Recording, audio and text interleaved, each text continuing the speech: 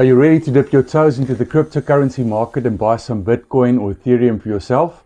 Well, you've come to the right place, because today I'm going to show you exactly how to buy those cryptos and store those coins safely and securely. Hello and welcome to the Crypto Economics channel. My name is Dewald, and today we're going to go step by step and I'm going to show you exactly what the process is of buying cryptos like Bitcoin and Ethereum for yourself. So let's get started. So step one is to choose an exchange that has safety as a priority, provides good value, in other words, their fees aren't too high, and is easy to use. Now, all these brokerages or exchanges, no matter where you go, they require two things from you. Firstly, AML or anti-money laundering, and secondly, KYC or know your customer laws to be followed. So all of them will require your ID, your phone number, and everything else that a standard brokerage would require from you. Anyway, my favorite crypto exchanges would be Gemini and Coinbase. I'm from South Africa, so I also use Altcoin Trader when making purchases in South African Rand, which is our local currency. You might want to use a popular exchange in your country when you're not buying with US dollars or you're not from the US that supports your local currency. The more information you provide, the higher the limit of crypto you'd be able to buy from that exchange. The less information you provide, the lower your limit will be. Now I'm going to show you exactly what the sign-up process on my favorite exchange, Coinbase, is. But the same process applies to all of the top exchanges like Binance, Gemini, FTX, and so forth.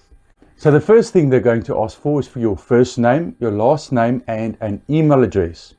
You are also going to have to create a strong password, and they'll also ask for your phone number. The next thing you want to do after you've signed up is to make sure your account is safe and secure and no one has access to your account. So go to the App Store or Google Play Store and download the app called Authy.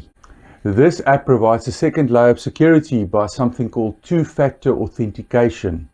You simply scan a QR code with your phone's camera, and then the app will cycle through a 7-digit code that repeats every 20 seconds or so. This code will be required along with your username and password every time you sign into your account.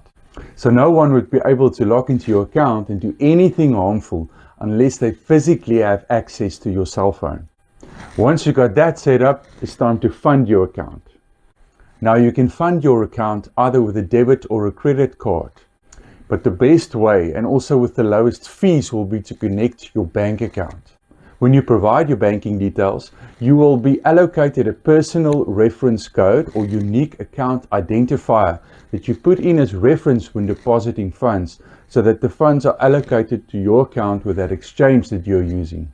Once you've funded your account, it's finally time to buy some Bitcoin. You simply select Bitcoin from the list of cryptocurrencies on your exchange available. You select how much Bitcoin you would like to buy, and then you click on confirm. Now, once the Bitcoin is settled into your account, you might want to leave it there because it's now sitting in something considered to be a hot wallet. So now you have a liquid asset sitting on the exchange that you can exchange for other coins. You can trade with it. You can earn some interest on it, but you are putting trust in the company that you leave those coins with to keep it safe from hackers. The other way, and in my opinion the better way to store your crypto, is in cold storage with a cold storage device like a Ledger Nano wallet. This way you take your crypto offline and no one have access to those coins unless they have access to your Ledger Nano device or private keys. Private keys is a 24-word phrase that you keep safe and is the only way to access your crypto in the event that your Nano hardware wallet gets lost or stolen. If you followed these simple steps, you should have some crypto of your own, so congratulations.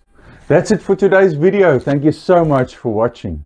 Please like the video if you feel that you got some value from it, and subscribe to the channel for future videos on crypto and finance. See you in the next one. Stay safe and be blessed.